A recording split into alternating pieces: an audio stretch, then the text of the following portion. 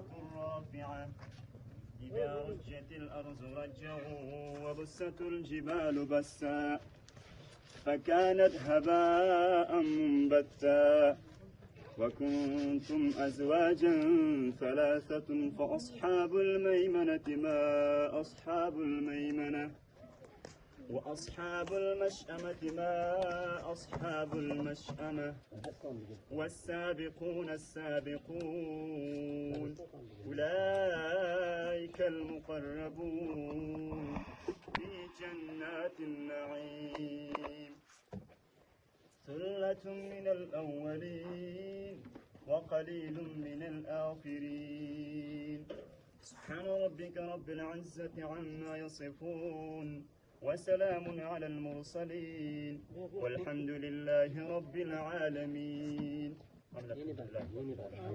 والعاقبة للمتقين والصلاة والسلام على أشرف الأنبياء والمرسلين وعلى آله وأصحابه أجمعين.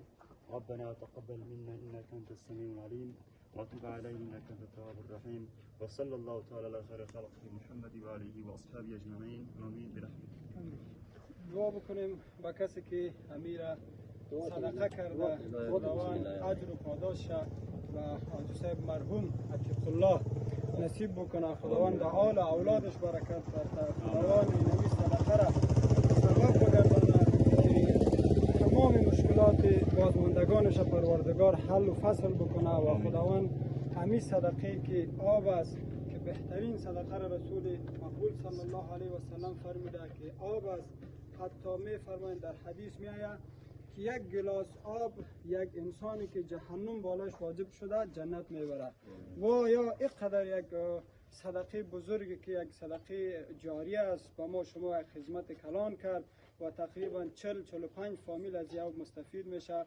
خداوند قبرش یکی از باغچه های جنت بگردانه و خداوند همیشه هیره به جنت الفردوس جنت اعلایی که الله ساخته خداوند نصیب بگردانه. خداوند اجری را و دست خودش برش نصیب بکنه. خداوند حاجی صاحب مرحوم عتیق الله را جنت الفردوس نصیب بکنه. بازماندگانش خداوند صبر جمیل بده. جزاک الله خیر. سبحان الله. خیر بینید.